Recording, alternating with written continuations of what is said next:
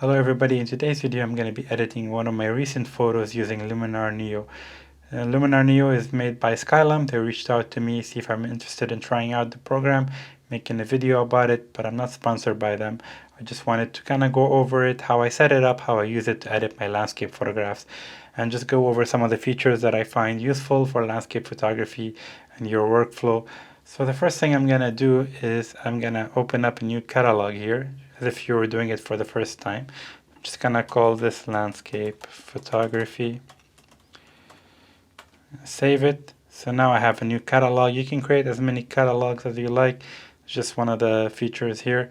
And I'm going to add my photos here. I'm going to go to my drive, 2023, import these photos. I'm just going to click add. It's going to bring them right in. And it kind of, divides them up into the folders that you have. I'm just going to go to this photo right here. And the beauty of this, that if you were to add new photos that you shot later into the same folder on your drive, it will update automatically in your catalog in Luminar. So basically you don't have to import them every time like you would in Lightroom. Now I come from editing in Lightroom, so definitely, this is for me a different program, but I'm pretty familiar with most of the things that this program offer. You can definitely use this as a standalone editor instead of Lightroom if you're looking for an alternative, or you can use it as a plugin, as an extension of Lightroom or Photoshop. If you edit there, and you can jump into here, use some of the features, and edit your photo. Now basically I'm just gonna start off by saying this photo I shot recently, like it was after golden hour, just that little last bit of light over the peak. So this is a raw file, so pretty much like I didn't do any editing on it. I always photograph in raw because I find that gives me the best option to kind of, in terms of editing, to have creative control. Usually when I'm editing photo, I don't have like a set instructions to editing photos. I kind of go with the flow. I enjoy the process, and I go through some of the features that kind of enhance the photo to what I feel like it just looks really nice and ready to be presented or printed or whatever you want to do with the photo, whether you're sharing it online or you're printing it. So definitely there's a few things that I like to do to bring it back from raw file. It looks pretty flat. So definitely like there's a good startup point that you can do if you're looking to give you a creative approach to where you want to take this photo, is to go to the presets here, and you can go through, let's say, some of the landscape presets. You can definitely get more. I think you can purchase presets. And I was never one for presets. I always kind of like to edit, but just to kind of show you for demonstration's sake, some of the presets that come with the program. And like none of them really speak out to me, but if you want, like, it could be a good idea. That's kind of overkill. Kind of give you a good idea to, if you want to kind of see what your preset is doing, gives you an idea of where you want to get started, what kind of look you want to get. And you can go through some of these, and let's go to scenery, see if we can check out some of these presets here. Got fast fix. And you can always like start with a preset and then build on it. Even this one has a sky replacement, and I'll get into that a little bit. But I think for me, I'm just gonna skip the presets part, but I wanted to show you that you do have that option if you wish. So I'm just gonna jump into edit here and just go over what I feel like, how I would edit this photo as if I'm editing it, straight on from, like, I want to publish this photo on social media. So let's just get started on this photo right here. So the first thing I'm going to do is I'm going to go to the develop module, and I think I'll just bring down the highlights a bit just so I can get some more details in the sky. Nothing crazy, just like that. I think that's all I wanted to do. The next thing I'm going to do is I'm going to go to enhance AI right here, and I'm going to go with the accent AI. And what accent AI does is pretty much improves color, detail, tone, and depth of your image. So if I slide this up all the way to 100, you can see it. It's kind of, maybe overkill. Definitely, like, I'll just come back down on that. But I just wanted to show for demonstration's sake what it does. So I'll just go somewhere where I'm happy with that, I think that's pretty good right there. If I go to Sky Enhancer 2, I'll just also, you can see what it's doing. Or if I go too much to 100, it's pretty much overkill. I'll just come down to like 20, maybe like so. Just, you can see, like, it does just give a bit more kind of color in the sky there and enhances a little bit. So I don't want to go over the top, obviously. And all these edits here that I'm doing, the minute I change to something else, if I go back to develop, it will, if I go back to enhance, it will just reset to 0, but you have all your edits right here and you already edited them. And this is non-destructive editing, so basically you can just go back and here into your layers, and let's say if I want to adjust the highlights a little bit more, I can just do that, and then I go back to the top. I'll show you what it does. If I want to go back to tools here and just continue on editing the photo, going through some of these features right here. So definitely, like, these are the ones that I would use as a landscape photographer. Definitely, like, there's a lot to dig into.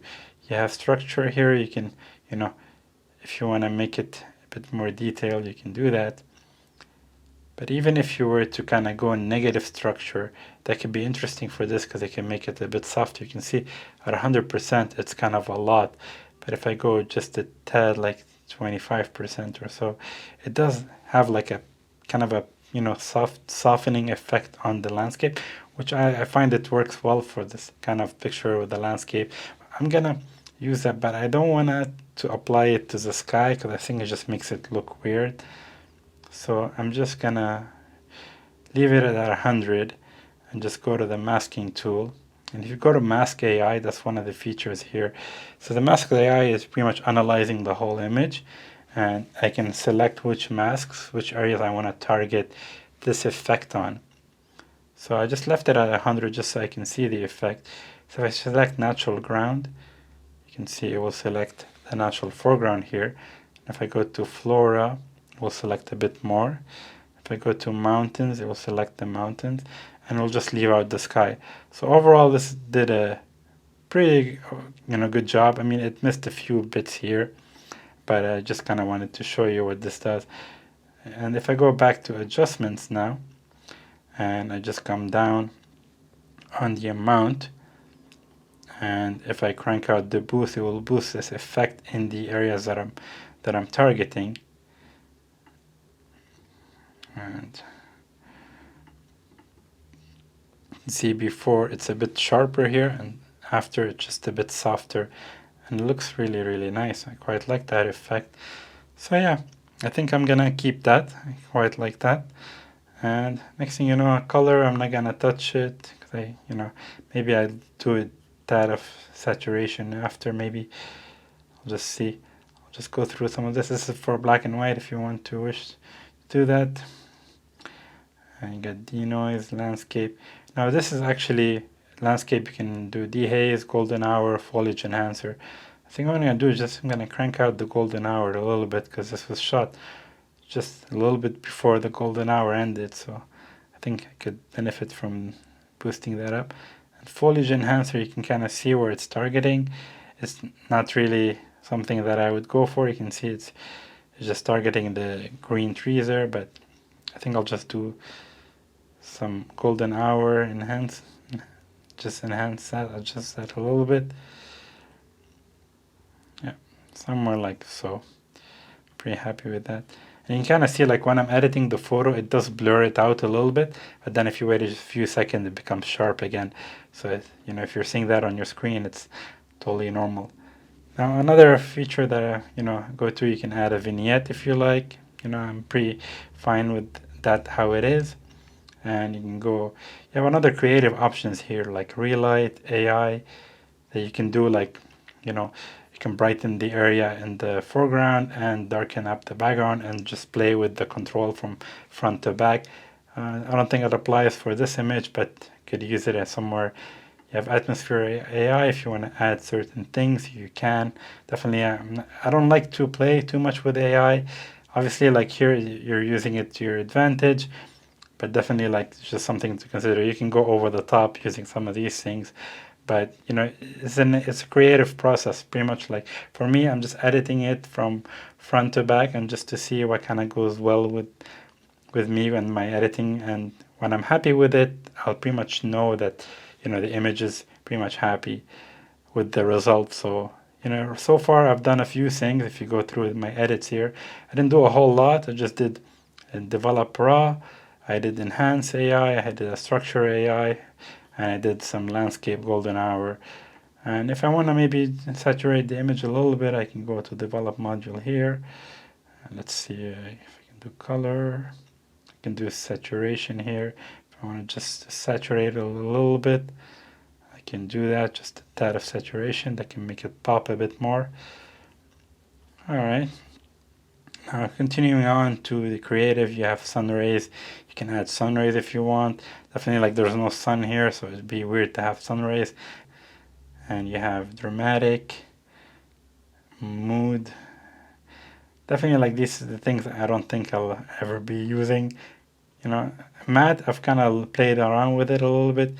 If you add that here as like a little kind of a matte effect to the image, it just softens it a little bit.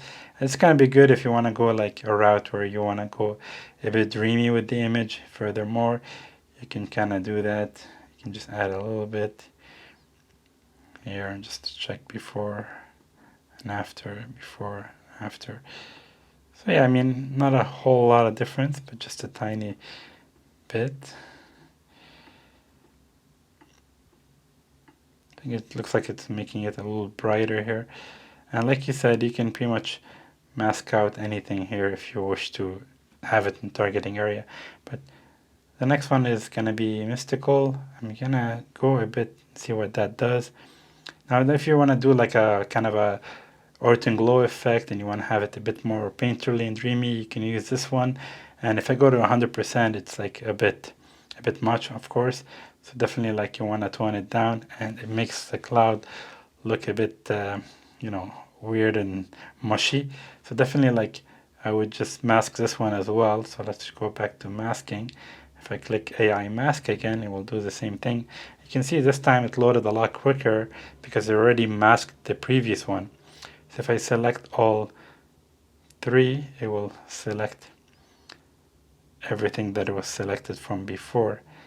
And now go back to adjustments, and if I go down, if I go up here, it's only affecting this part of the image. So definitely, if I want to go, maybe I'll just go it just a tiny bit, nothing over the top, you know, because I don't want to overkill.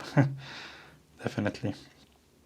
So just to kind of use to see how it is before and after. If you go here on your preview, you can see before. This is before, like, any editing that I've done, and after. You can see it's quite a bit different.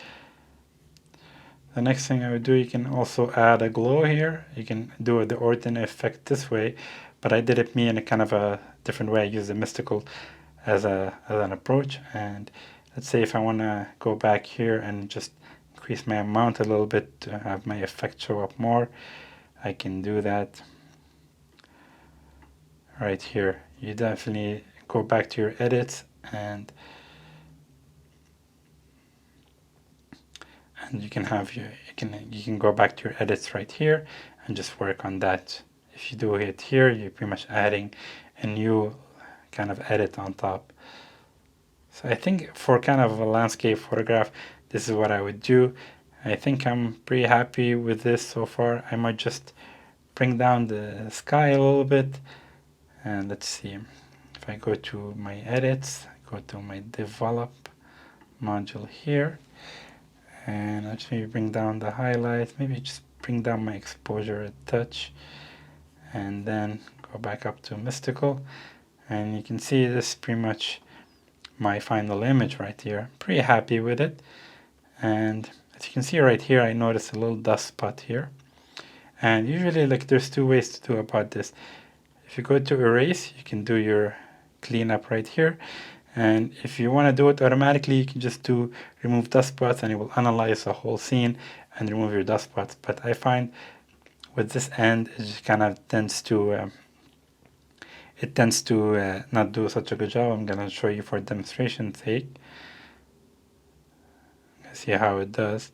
And you can remove power lines too as well. If you have power lines in your image, this will automatically remove them. So you can see it did a good job, but it just made a weird hump in the mountain because the dust spots were where it was touching the horizon. So what I'm going to do is I'm going to reverse the effect here. I'm gonna select a smaller brush size and just carefully kind of paint that in. Here we go. And I'm gonna do erase. Yeah, it's a bit better. You can kind of see before and after. Now, it's not perfect 100%, but it will do. You just kind of get an idea what it's like to do that. Now, if you have more dust spots in the sky, or it's more visible, this should do it quickly. Just one touch and it will do it. And say if I just want to see, if I just add some contrast, if that does anything. Yeah. So yeah, I think for this I'm pretty happy with it. I can just go back here. I can delete that one because I didn't do anything. Even if you don't do any edit, it will just add the layer even if it's nothing. For example, here I didn't do any noises raw in the beginning, but it still shows it automatically for some reason. And yeah, and just to go over a little bit further, you can definitely do like a sky replacement too. Honestly, like I'm not one for sky replacements. I kind of like the sky that I had here. So, but if you were shooting a photograph and you had no clouds in the sky and you want to give it a little bit more kind of dimension, and you can go with some of the select skies that they have here. And just for demonstration's sake, I'm just gonna try one out to kind of get a feel for it. Think like something like, I'm gonna try to find something similar to the sky that I had. Let's say this one, for example. So I just select it, and you can see right there, it pretty much adjusted the sky and changed it up completely. And if I zoom in, it looks pretty seamless, the transition from, the kind of the mountaintop to the sky. Yeah, but if let's say I just noticed something here, you got a little plane kind of showing up in the sky replacement. So let's say you want to change your sky orientation, you can just kind of move this up and down, and you can kind of see you can choose where you want to show. Let's say if I choose this instead, you can kind of fix that and choose how you want it, like your sky replacement. You can work on your position here. Say like that, something is good. And mask refinement. Okay, you kind of see how it is. And if you have a reflection, you can adjust your reflection in the water. If let's say you're shooting over a lake, but definitely like with this, it doesn't really apply. But just keeping that in mind if you're shooting something with reflection. And let me just kind of see here. If I go to erase now, so just for my curiosity, I will never use sky replacement, to be honest. I just kind of like the overall approach to photography. So if I just click here and erase, will it erase the plane, this image? See if that works. It does. So I removed the plane out of the sky here because obviously it looks weird being in a natural place and having a plane coming through, but I guess this is a preset sky, so these things happen. So yeah, like pretty much this is some of the features that I would use. And I think if you have any questions about some of these features, do leave me a comment and I can actually kind of talk a little bit about it. And definitely like this is how I would use them when editing one of my photos, for example. Like I just go with what I feel and I pretty much know when I'm happy with it. I'll definitely like revisit the image, the next day and try to see if I can enhance on it. But this is just my editing workflow. And yeah, quite happy with that. I do quite like the mystical effect. I think it's a nice way to make your image a bit more dreamy-like and more painterly. And yeah, that's it. And you can kind of see how I started with and what I ended up with is before and after. So this is pretty much it for this photo. And if you're looking to try out this program, I have a discount code. You can use my code #10 for 10% off your purchase. It just gives you a little bit of savings towards it. I'm just gonna select an image that I shot at, it was pretty late in the day and I kind of had to open up my ISO to like 1000 ISO to let in enough light because I was shooting it with a telephoto lens, and I just wanted to make sure I had a sharp image. So I'm just gonna select one of these photos right here. Just see if yeah, that one's pretty good example.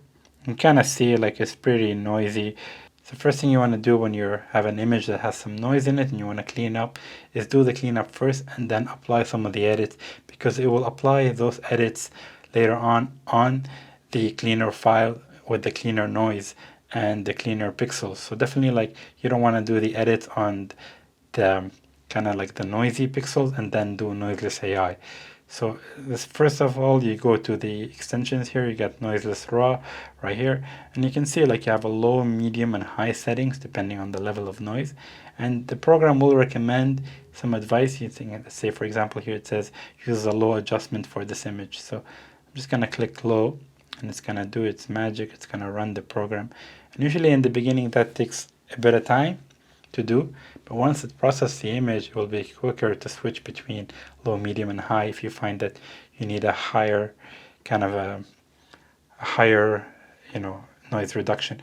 I feel like the low did a good job because I don't want to go too aggressive and lose some of the details in the rock and in the waves crashing. But just to kind of show you before and after, I'm just gonna zoom into let's say 100, and this is before. This is after. This is before. This is after. So you can see it did a good job cleaning. I'm just going to click on the middle. See, it was a lot faster doing it with the middle. So when I click on the middle now, it's actually done, and you can see before and after. So it did clean up the file quite a bit, and you can actually go now and edit it the way you prefer. You can do the accent AI. Definitely, like if I go over the top, let's just make it way too much, but definitely like somewhere like this, you can definitely play around with that and see what creative way you can edit this photo. So now that I've cleaned it up, you can pretty much go about and editing it any way you see fit, and definitely like it's quite interesting to see that. Let me just go back here and show you the before and after.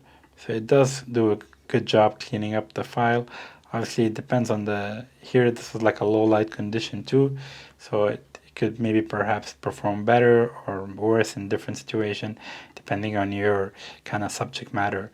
So definitely like it's a great tool to use it, and I'm pretty familiar with everything here because coming in from Lightroom, you pretty much have all these features that I'm used to, that you can just apply sharpening here if you want. You can do noise reduction this way if you want. You can adjust your optics if you have fringing and lens distortion. You can transform your image. You can add a vignette.